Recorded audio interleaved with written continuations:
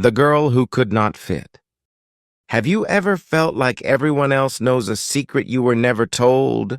Like there is a way you are supposed to be, and everyone already knows how. But you are still searching. This is the story of a girl named Lena, and it is also perhaps your story. Lena grew up in a small village near a river. The village was full of women who seemed to know exactly who they were. But Lena felt different. She always had. When other girls played house, Lena sat in the tree and watched. When women shared recipes, she stood at the edge of the circle. Not because she did not care, but because something inside her said, "This is not quite me." But it felt like wearing a coat that belongs to someone else. It looked right from the outside, but inside she could not breathe. As the years passed, the feeling grew heavier. People began to ask, "When will you marry, Lena? When will you start a family?" She would smile and say, "Soon, maybe." But inside she thought, "What if I never feel ready?" At night she would whisper, "I am a woman. So why do I not feel like one?" One morning there was a big market in the village square. Lena walked through slowly. Not shopping, watching. She saw a woman arguing with a merchant, not afraid, knowing exactly what she wanted. All these women were completely different, but they all seemed to know who they were. At the edge of the market, under an old tree, sat a woman. She was very old, but her eyes were bright and clear. Lena felt pulled toward her. She sat down nearby. "You look tired," the old woman said. "Not the tired of work.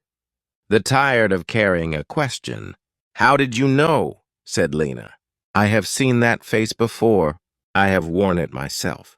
Slowly, Lena told her everything: the coat that did not fit, the women who seemed so sure, the fear that grew every year.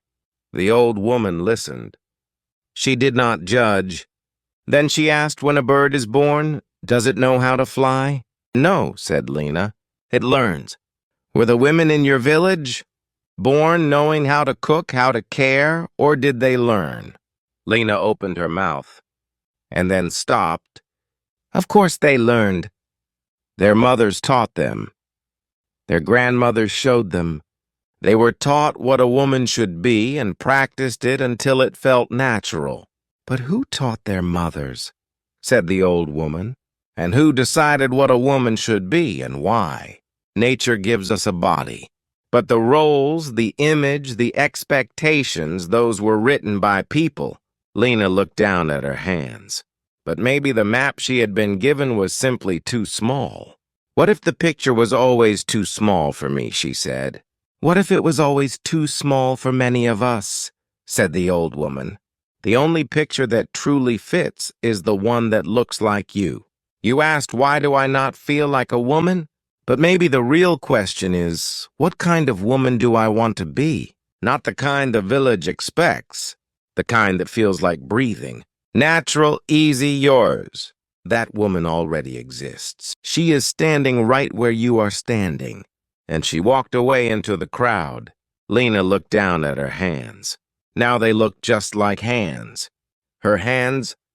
She began to walk home. The path was the same, but something was lighter now. She was no longer asking, "Am I the right kind of woman?" She was beginning to ask something new. Who am I? And what kind of life do I want to build? That question did not make her afraid. It made her curious.